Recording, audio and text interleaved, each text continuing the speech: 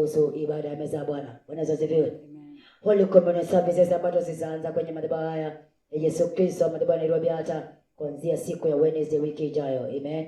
Wiki hii ya Wednesday tarehe 10 mpaka tarehe 21 ni siku 12 za Yesu Kristo kuwapa watu wake mwili wake na damu yake. Bwana asifiwe. Popote pale ulipo na matatizo yako toka ulikowepika kwa ibada za meza ya Bwana kwa siku 12. Mungu akaniambia nizifanye kwa siku 12, sio mimi. Amen. Mwenyewe anataka kufanya ibada hizi, sio mimi. Yeye ndio usifanya tangia mwanzo. Hivyo yangu ni kusikia na kutii sauti ya Yesu Kristo.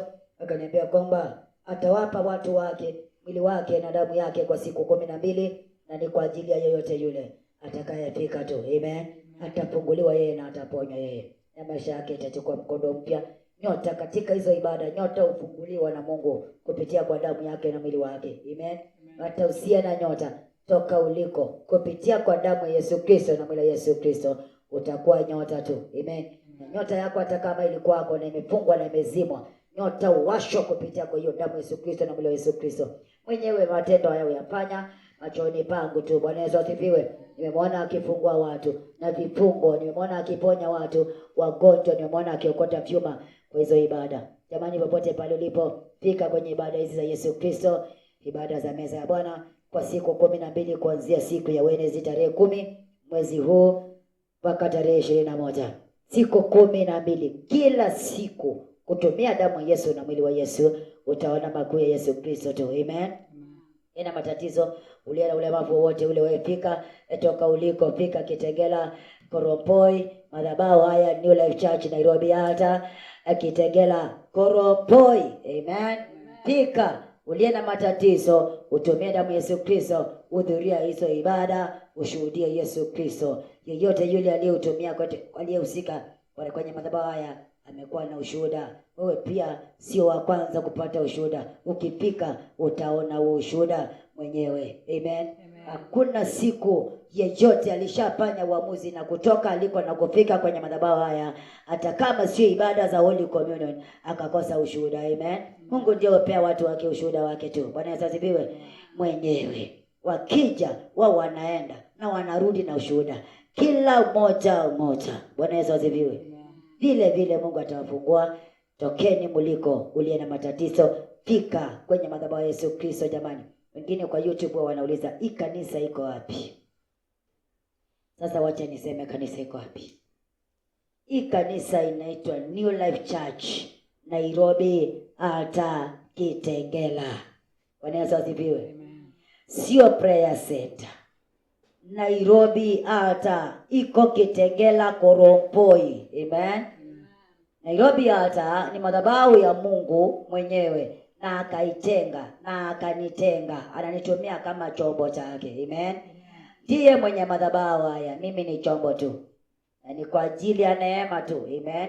Mungu angeteua wengine wazuri, wengine wenye majina mazuri, lakini akaniteua mimi. Ni mwingi wa msamaha.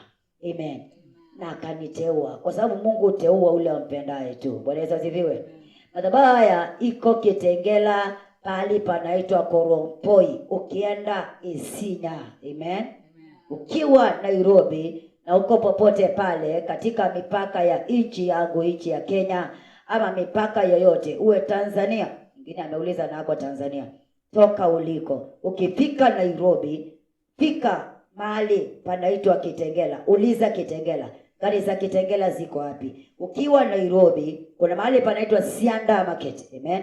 Ukiwa pale Sianda Market, utapata gari zinaitwa Metro. Amen. Ukipanda Super Metro, utapata, uliza zile zinafika Kitengela Town. Amen. Ukifika Kitengela Town, ulizia hapo gari za kwenda Isinya ama gari za kwenda Koropoi. Una tuktuk nyingi hapo zinaenda Koropoi. Amen. Ukipanda pale, waambie washukishie Koropoi stage ya pikipiki. Amen. Kishuka pale, uliza Koropoi Primary School. Amen. Utapelekwa na pikipiki. Ni mahali unaweza tembea, lakini utalipa 50 shillings. Ukifika kwa junction ya Koropoi Primary School, turn on your left. Amen. Teremka street, utapata kanisa hili. Amen. Utapata madhabahu haya. utapata madhabahu. Na ukipata mtu yoyote pale, muulize kanisa New Life Church Nairobi Altar, pale iko, utaonyeshwa kwa urahisi sana. Amen. Pale kwa junction ya Koroboi Primary School utaelezewa kwa haraka, na hata usipopata mtu wa kuuliza, teremka on your left side, utapata kanisa. Hakuna kanisa nyingine hapo. Amen. Teremke ni kama unaenda kwa mto. Teremka tu on your left, njia ni moja. Amen. Teremka on your left, njia ni moja. Unaweza ukafika hata kama uko na gari. Hiyo njia inapita gari tu. Amen. Inaweza pita gari.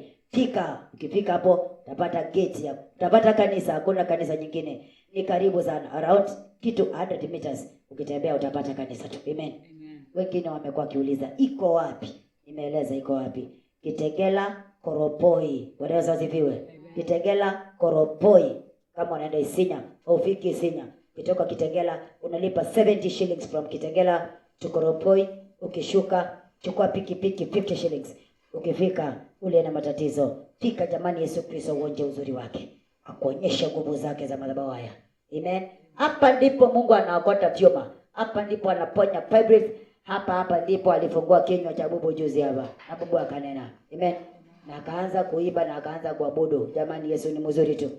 Toka uliko na matatizo yako, utaponywa na Yesu hapa. Hapa na atakufungua. Madhabahu ni ya Mungu, sio yako. Amen. Asanteni sana. Karibuni kwenye ibada hizi. Watu wa Mungu, ibada za meza ya Bwana kwa siku 12 kuanzia tarehe 10 mpaka tarehe 21 Desemba kwa jina la Yesu Kristo. Amen. Hiyo kitu endelea. Amen. Hivyo nikasema kwamba ibada ni za Yesu tu.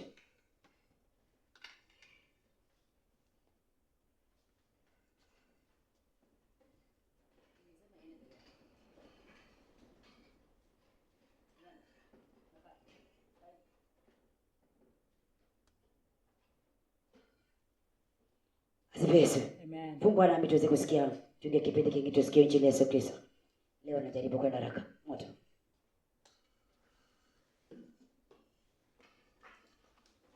Sikia ujumbe wa siku ya leo wa Yesu.